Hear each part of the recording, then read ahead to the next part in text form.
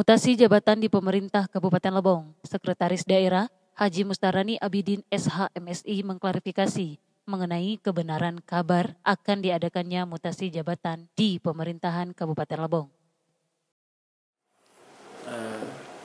Prinsipnya kalau kami pembantu bupati ini kan yang penting kan siap secara administrasinya kami siapkan seperti itu. Nah, nanti ketika Pak Bupati menginginkan ada mutasi, persiapannya kan lado seperti itu.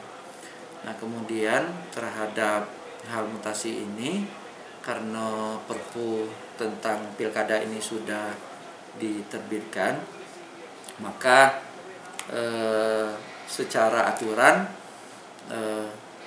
pemerintah daerah sudah boleh melakukan mutasi itu.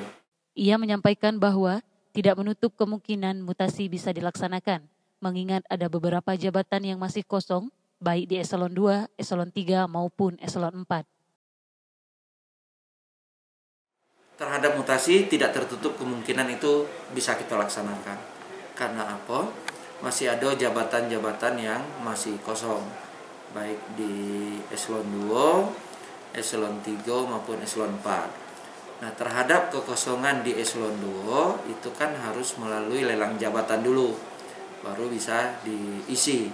Nah, namun kalau untuk eselon 3 dan 4 itu cukup dengan SK Bupati saja, itu sudah bisa dilaksanakan mutasi, bisa dilaksanakan rolling, dan bisa kita isi jabatan-jabatan yang kosong tersebut.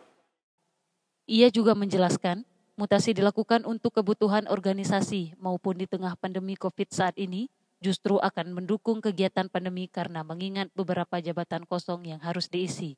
Mita Nisa Kintan melaporkan.